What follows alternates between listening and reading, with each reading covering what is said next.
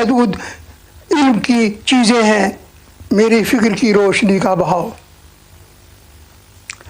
میں بیان کر رہا تھا کہ سرکار دو عالم صلی اللہ علیہ وسلم کا نام، تو اس میں محمد جب نام آیا تو میری فکر نے کہا یہ بھی بیان کر، اور میں نے یہ کھول کر یہ رکھا۔ اور اس کے بعد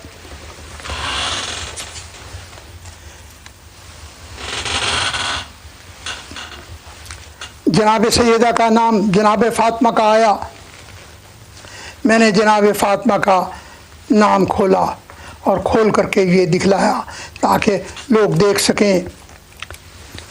اس کے علاوہ میں ایک خاص بات جو بیان کرنا چاہتا ہوں وہ یہ ہے کہ میرا ایمان قرآن کے اوپر ہے، اس کا نام فرقان حمید ہے۔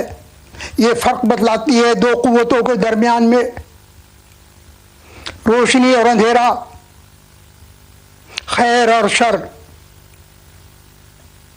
محبت اور نفرت۔ میرے آج تک کہ میں نے کبھی ایسے بیان نہیں کیا کہ جس کے اندر شر ہو، لیکن یہ ایک موضوع ایسا تھا کہ تاریخی چیز تھی جس کو میں پوشیدہ نہیں کر سکتا تھا، نہ بھلا سکتا تھا۔ اس سے متعلق اور آج کل یہ مسئلہ ٹی وی کے اوپر بھی چلا ہوا ہے، اور بادشاہ کا کہ کس طرح سے یہ وجود میں آیا۔ تو میری فکر نے بھی کہا کہ یہ بتلا دو کہ روزے گرانے سے کیا ہوتا ہے۔ دیکھو، روزے گرانے سے، اور آپ کہتے ہو کچھ نہیں ہوا، نہیں سب کچھ ہوا۔ یہ گرا تو دیے، یہ نشان تو مٹا دیے محمد صلی اللہ علیہ وسلم کے، لیکن ایک بات یاد رکھو کہ پیغمبر کا انکار کیا کر سکتا ہے؟ 2000 سال سے قوم در بدر ہوئی پھر رہی ہے۔ میں نام لینا نہیں چاہتا، آپ سمجھتے ہوں گے، 2000 سال سے، اور جہاں جاتی ہے لوگ اس کا ذبح عظیم بناتے ہیں، یہاں تک کہ اپنے گھر میں بھی محفوظ نہیں۔ کیوں کہ اللہ کے پیغمبر کو ٹھکرا دیا۔ یہ اللہ تعالیٰ کا پیغمبر جس کے نشان مٹا دیے اور یہ کہا کچھ نہیں ہوا، تو میں بتلا رہا ہوں کہ سب کچھ ہوا۔ یہ الگ بات ہے کہ تمہیں معلوم نہیں۔ یہ دیکھ لو، اسرائیل کا جو یہ خنجر ہے یہ تمہارے سینے کے اندر پیوست کر دیا، تم ساری دنیا کے مسلمان مل کر نکال نہیں سکتے جب تک یہ روزے نہ بن جائیں۔ اس وقت تک یہ خنجر یہیں موجود رہے گا۔ اس نے آپ کو ذلیل ہی نہیں کیا، اس نے جو کچھ کر سکتا تھا وہ کیا۔ لیکن اگر یہ نہ ہوتا تو آپ کی کیمل آرمی ہوتی، کیمل کور ہوتی، آپ کے پاس نہ علم ہوتا نہ نالج ہوتی۔ آپ نے تو گرائے اور یہ سوچ لیا کہ ہمیں کچھ بھی نہیں ہوا، سب کچھ ہوا ہے۔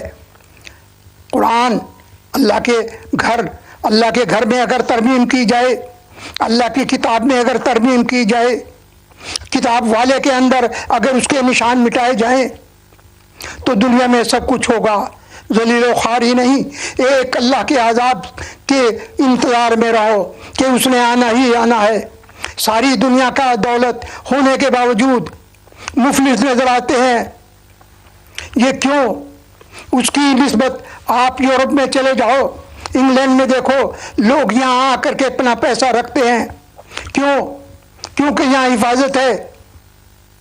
سب سے پہلے رسول اللہ صلی اللہ علیہ وسلم نے جب ہجرت ہوئی حبشہ میں تو آپ نے کہا حبشہ چلے جاؤ، اس لیے کہ نجاشی تمام عیسائی ہے، وہ تمہاری حفاظت کرے گا، تمہاری ہر چیز کی حفاظت کرے گا، تمہیں ہر چیز مہیا کرے گا۔ یہ اس وقت سرکار دو عالم کے حکم تھا، اور آج وہی اسی طرح ہم آئے ہیں، ہمارے ساتھ ہر چیز ہماری یہاں محفوظ ہے۔ یہ الگ بات ہے کہ ہم نے اپنے آپ عذاب کھڑا کر لیا، لیکن جہاں تک اس چیز کا تعلق ہے کہ ہمارا پیسہ یہاں محفوظ ہے، ہماری عزت یہاں محفوظ ہے، ہمارے بچوں کی تعلیم یہاں محفوظ ہے، یہاں ہمیں گھر رہنے کے لیے دیتے ہیں، ہمیں کھانے کے لیے دیتے ہیں، خواہ کام ہو یا نہ ہو۔ یہ عیسائی حکومت کا نتیجہ ہے۔ یہ حضرت عیسیٰ اللہ کا پسندیدہ